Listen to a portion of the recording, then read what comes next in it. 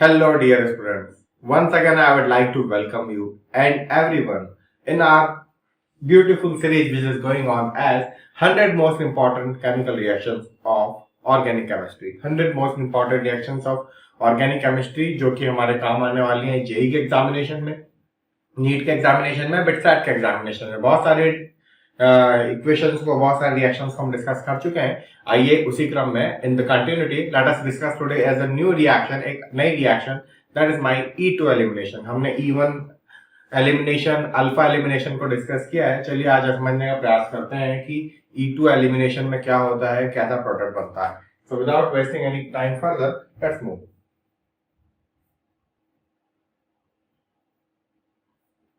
हमने बहुत सारे रिएक्शंस को यहाँ पे डिस्कस कर लिया है पहले भी।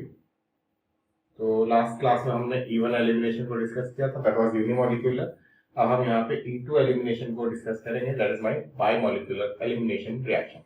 ठीक है, अभी यहाँ हम लिख देते हैं हमारा कौन सा एलिमिनेशन है सर, E2 एलिमिनेशन। ठीक है, टू एलिमिनेशन। तो ऐसे एलिमिनेशन में क्या होगा सर, सबसे पहले मेरा कोई एल्काइल हैलाइड होगा। सपोज कीजिए कि मेरा कोई एल्काइल हैलाइड है सी सी, और यहाँ पे मेरा ठीक है क्या लगा हुआ है सर, एक्स लगा हुआ है, और यहाँ पे मेरा मान लीजिए कोई आर ग्रुप लगा हुआ है, यहाँ पे मेरा हाइड्रोजन लगा हुआ है। ठीक है, इसकी रिएक्शन में किससे कराऊंगा, इस बार जो मेरा बेस होना चाहिए थोड़ा स्ट्रॉन्ग बेस होना चाहिए। कैसा बेस होना चाहिए, स्ट्रॉन्ग। सपोज कीजिए कि क्या क्या हो सकता है मेरा, या तो मेरा एल्कोहलिक KOH हो, ठीक है सर, और क्या हो सकता है इसके अलावा सर, मेरा इथॉक्साइड हो, ठीक है सर, और क्या हो सकता है सर, मेरा टर्शियरी ब्यूटोक्साइड हो। मैं चाहता हूं ये कहना आपसे कि जो मेरा बेस होना चाहिए वो स्ट्रांग होना चाहिए। उस स्ट्रांग बेस की प्रेजेंस में मेरा यहाँ पे क्या बन जाएगा, अगर एल्कोहल हो तो एक वाटर का मॉलिक्यूल, और यहाँ पे हम देख सकते हैं कि यहाँ पे रहेगा मेरा CH2। ठीक है, और यहाँ पे जैसे मान लीजिए R अगर मैंने लगाया तो यहाँ पे एक H और रह जाएगा। ठीक है, चलिए एक R और लगा देते हैं, सेकेंडरी बना देते हैं। ठीक है,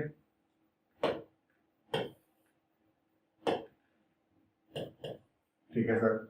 अब इसकी मैं रिएक्शन करवाऊंगा अल्कोहलिक KOH से, या इथॉक्साइड से, या टर्शियरी ब्यूटोक्साइड से, यानी कि मैं एक स्ट्रॉन्ग बेस ले रहा हूं।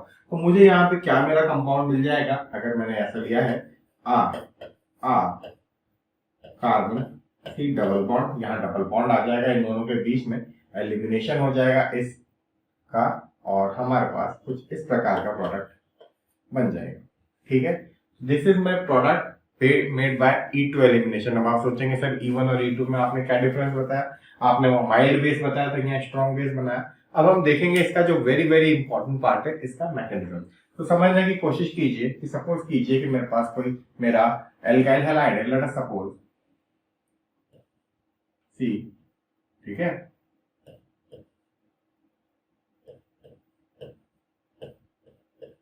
ठीक है, और इससे मेरा कोई कार्बन जुड़ा हुआ है। ठीक है, और CH3।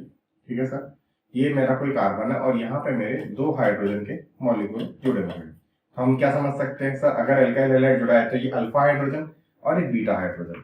इसकी जब मैं किसी बेस की प्रेजेंस में, सपोज कीजिए बेस है मेरा, यहाँ पे बेस कह लीजिए हाइड्रोक्साइड हो सकता है, टर्शियरी ब्यूटोक्साइड हो सकता है, OH माइनस हो सकता है, उसकी स्ट्रॉन्ग बेस की प्रेजेंस में रिएक्शन करवाता हूँ, तो क्या होता है, कुछ इस प्रकार की रिएक्शन होती है कि ये जो मेरा बेस है ये इस हाइड्राइड पर अटैक करता है।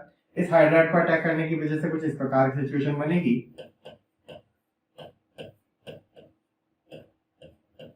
ठीक है, और यहाँ पे मेरा आ जाएगा ये बेस, कि बेस इस हाइड्राइड पर अटैक करेगा। ठीक है सर, बाकी का मेरा बचा हुआ मॉलिक्यूल कुछ इस प्रकार का रहेगा। ठीक है, ये बेस इस हाइड्राइड पर अटैक करेगा, एट द सेम टाइम ये मेरा जो हैलाइड आयन है ये बाहर की तरफ निकलेगा। क्यों, क्योंकि जब ये बेस हाइड्रोजन को लेके जाएगा, सॉरी H+ को लेके जाएगा, तो यहाँ पे जो इलेक्ट्रॉन्स है वो यहाँ डोनेट होंगे, और ये वाला जो कार्बन है उस इलेक्ट्रॉन को यहाँ डोनेट करेगा। That means in a single step pi bond का फॉर्मेशन भी हो रहा है। ये पूरी की पूरी मेरी क्या कहलाती है, एक ट्रांजिशन स्टेट कहलाती है। अगर आप इसे और ढंग से समझना चाहें तो आप इसे समझ सकते हैं, transition state would be like, अलग कलर से रिप्रेजेंट करता हूँ, मेरी ट्रांजिशन स्टेट कुछ इस प्रकार की दिखेगी। सपोज कीजिए ये मेरा CH3, ठीक है, ये मेरा बॉन्ड फॉर्म हो रहा है इसके साथ, ये मेरा C, ठीक है, इसके ऊपर मेरा ये वाला जो बॉन्ड है मेरा, ये डॉटेड लाइन से रिप्रेजेंट कर रहे हैं फ्रेंड से, ये मेरा बॉन्ड टूटते हुए, ये मेरा बॉन्ड बनते हुए, बेस और H+ का बॉन्ड बनते हुए, एट द सेम टाइम ये वाला जो मेरा बॉन्ड है ये तो बना ही हुआ है CH2, ये वाला बॉन्ड आपका ब्रेक होते हुए, ये वाला बॉन्ड आपका ब्रेक होगा। कौन सा वाला सर? आपका हैलाइड का बॉन्ड आपका ब्रेक हो रहा है यहाँ पे, ठीक है, हैलाइड का बॉन्ड आपका ब्रेक हो रहा है, और ये वाला आपका जो पाई बॉन्ड है दैट इज फॉर्मिंग पार्शियली, ठीक है। तो हम कह सकते हैं ये जो है मेरी क्या है, मेरी ट्रांजिशन स्टेट है, ये है जो मैं मेरी ट्रांजिशन स्टेट। थोड़ा सा इसको यहाँ से क्लियर कर देता हूँ ताकि आपको नजर आ सके। और ये वाला जो मेरा बॉन्ड है ये टूटने के कगार पे है, देखिए, ठीक है सर। नेक्स्ट स्टेट में क्या होगा? अब ये जो ट्रांजिशन स्टेट है, इसी एक ट्रांजिशन स्टेट में क्या क्या हो रहा है सर? पाई बॉन्ड का फॉर्मेशन हो रहा है, और जो मेरा एल्कोक्साइड है, ब्यूटॉक्साइड है, जो मेरा बेस है वो हाइड्रोजन के साथ बॉन्ड बना रहा है। At the same time hydrogen का जो बॉन्ड है ये वाला, ये वीक हो रहा है। ये कैसा हो रहा है सर? वीक हो रहा है और ये टूट जा रहा है। और in the next step what we get here, we get CH3C, और ये इन दोनों के बीच में पाई बॉन्ड का फॉर्मेशन हो गया। एक H इस पर ऑलरेडी लगा हुआ था, और इस प्रकार से ये मेरा एलिमिनेशन पूरा हो गया। यहाँ पे वेरी इंपॉर्टेंट है, ध्यान में रखने वाली बात है। आप सपोज कीजिए कि मेरा कोई ग्रुप है, पीछे से अटैक हो रहा है और सामने बॉन्ड बन रहा है, यानी कि यहाँ पे बहुत ज्यादा स्पेस अवेलेबल नहीं होगा। और अगर यहाँ पे मेरा जो बेस है वो काफी बल्की है, तो किस प्रकार का एडिशन होता है सर? ये एक स्टीरियो सेलेक्टिव रिएक्शन है। इसमें आप कोई भी प्रोडक्ट ले लीजिए, रिएक्टेंट ले लीजिए, आपका जो प्रोडक्ट बनेगा वो मेजर प्रोडक्ट ट्रांस बनेगा। कैसा प्रोडक्ट बनेगा सर? ट्रांस। ट्रांस, ठीक है, दोबारा लिख देते हैं इसको। Trans will be my major product. अगर आपके पास दो पॉसिबिलिटी है कि सिस भी बन जाए और ट्रांस भी बन जाए, तो ट्रांस मेरा यहाँ पे मेजर प्रोडक्ट होगा। कैसे होगा? एक एग्जांपल के थ्रू समझते हैं। सपोज कीजिए, ठीक है, ये मेरा ब्रोमाइड है और ये मेरा मैंने रिएक्शन करवा दी, मान लीजिए अल्कोहलिक KOH से, ठीक है। अब आप जानते हैं कि या तो सिस प्रोडक्ट बन सकता है या फिर ट्रांस प्रोडक्ट बन सकता है, ठीक है। और मान लीजिए कि यहाँ पे कोई एल्काइल हैलाइड यहाँ पे मेरा लगा हुआ था, तो ये जो मेरा प्रोडक्ट है ये वाला, ये मेरा ज्यादा स्टेबल बनेगा बनिस्पत सिस प्रोडक्ट के। तो हम कह सकते हैं trans product is more stable. किस प्रकार की रिएक्शन है सर? ये सर स्टीरियो सेलेक्टिव है। कई बार आपको न्यूमन प्रोजेक्शन बना के भी IIT JEE में दे देते हैं, तो आपको पता होना चाहिए कि E2 एलिमिनेशन में कैसा प्रोडक्ट बनता है, ट्रांस प्रोडक्ट। अब देखने वाली बात है कि इसमें जानने योग्य बातें क्या है। एक तो इसमें ट्रांजिशन स्टेट का निर्माण हो रहा है, एक ही ट्रांजिशन स्टेट में जो आपका जो बॉन्ड फॉर्मेशन भी हो रहा है, आपका पाई बॉन्ड का बनना भी हो रहा है, आपका RX का X बॉन्ड का टूटना भी हो रहा है। एट द सेम टाइम जो आपका बेस जो आपके बीटा हाइड्रोजन पे अटैक कर रहा है वो भी हो रहा है। इन सबको होने के लिए, सिंगल स्टेप में होने के लिए अनिवार्य है, very very important, what is the point that, कि मेरा जो बेस हो, क्या हो, मेरा एक बेस हो, ये कैसा होना चाहिए सर? स्ट्रांग होना चाहिए। कैसा बेस होना चाहिए मेरा सर? स्ट्रांग, ठीक है, okay. Single step, rate determining step पे कार्बोकेटाइन का फॉर्मेशन तो हो नहीं रहा, ठीक है, ट्रांस स्टेबल बनेगा। लिविंग ग्रुप की एबिलिटी अच्छी होनी चाहिए। हमने लिविंग ग्रुप्स के बारे में पढ़ा है, CClF दिया। जो बड़े ग्रुप होंगे वो ज्यादा अच्छे लिविंग ग्रुप होते हैं। बाइमोलिक्यूलर होती है, दो मॉलिक्यूल्स पे डिपेंड करेगी। कौन कौन से मॉलिक्यूल्स पे? एक तो ये आपका जो सबस्ट्रेट है इस पे डिपेंड करेगी, और दूसरा आपका जो ये बेस है ये भी रिएक्शन में पार्टिसिपेट करेगा, ठीक है।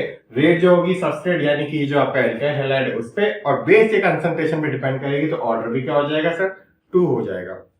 आइसोटॉपिक इफेक्ट को शो करेगा, यानी कि इन हाइड्रोजन्स की जगह पे जो हाइड्रोजन्स वगैरह जुड़े हुए हैं, इनकी जगह अगर ड्यूटेरियम जुड़ा हो तो रिएक्शन की जो रेट है वो कितने टाइम स्लो हो सकती है? 7 टाइम्स, यानी कि बहुत बड़ा रोल प्ले कर रहे हैं यहाँ पे आपके हाइड्रोजन्स। याद कीजिए, इसके पहले जो इवन एलिमिनेशन रिएक्शन थी उसमें किसी भी प्रकार का आइसोटॉपिक इफेक्ट शो नहीं हो रहा था।